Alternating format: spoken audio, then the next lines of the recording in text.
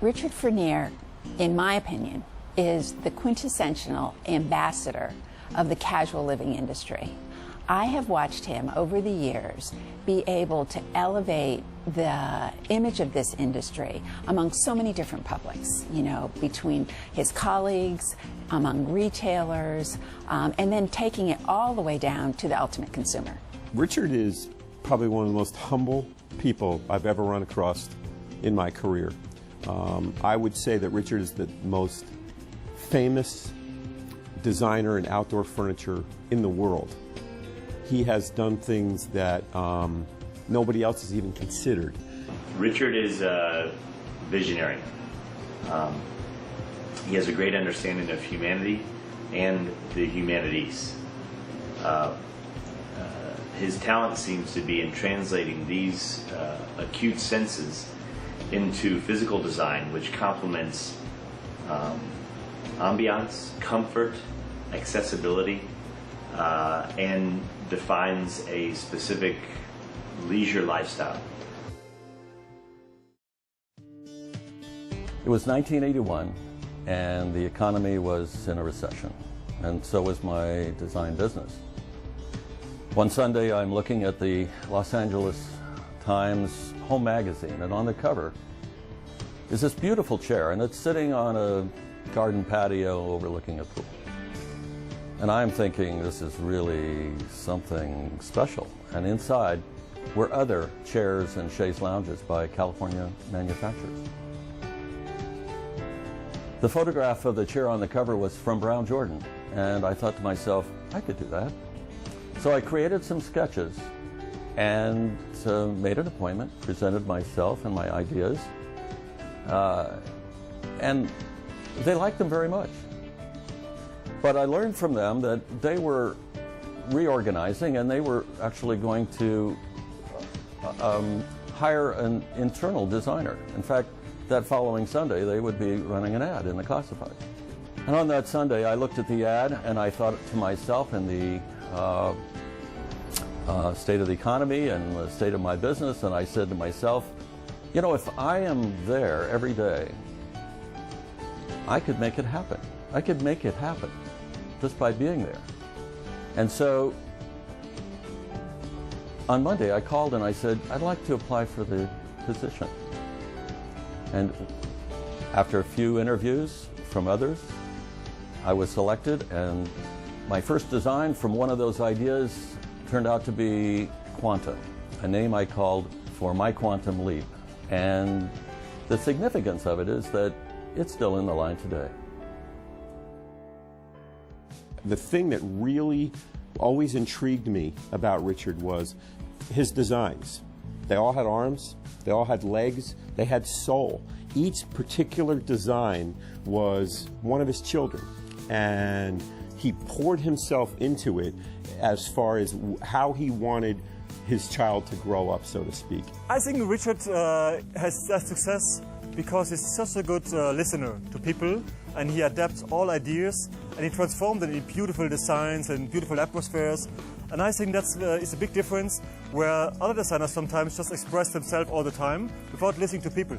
And he's really somebody who takes care about the world, who thinks, who reflects a lot, and who listens to people in a very wise way. So we can really learn about that. A few years ago, he was designing a Chinese Chippendale look for Century Furniture. And in the process, actually, it wasn't something that he did by CAD or just something that he simply sketched and sent off.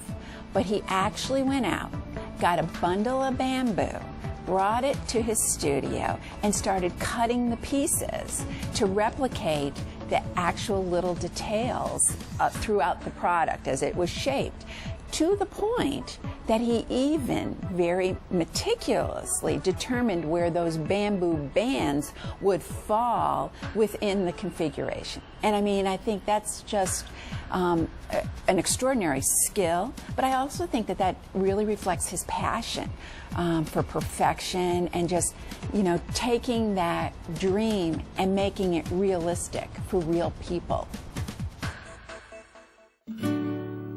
She's the classic example of the woman behind the man. I mean, there's such a balance between the two of them, and how she understands his creativeness and understands what his abilities are, I think helps keep him humble. I think what's made Richard successful in this business, in this industry, is consistency. I think consistency of effort, consistency of being authentic to his trade, to the design, to trying to inspire people to want to buy a piece of furniture. I mean, it's not just a chair, it's not just a table. My favorite story about Richard is when he left Brown Jordan, which was around 2000, 2001.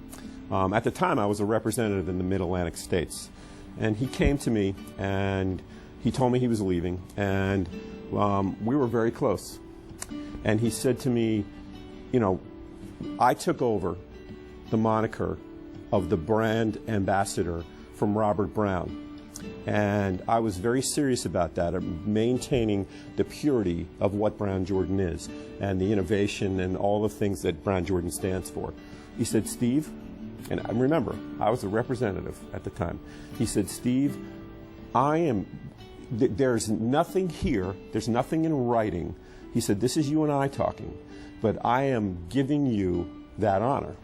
And he gave me, which I still have, I carry it with me every day, he gave me a logo that he had embossed in aluminum. That was one of the designs in one of the chairs. And this was 7, 8 years ago. I have carried this with me every day, whether I'm wearing a bathing suit or wearing a suit every day, because as corny as it may sound, and although it was nothing that was handed down from presidents of companies or anything like that, I have, from that day forward, taken that honor. And it is something that I will cherish for the rest of my life. And it's a spiritual understanding between the two of us. And someday, I'll find someone to give this to, because he gave it to me. So that's my favorite memory of Richard Frinier.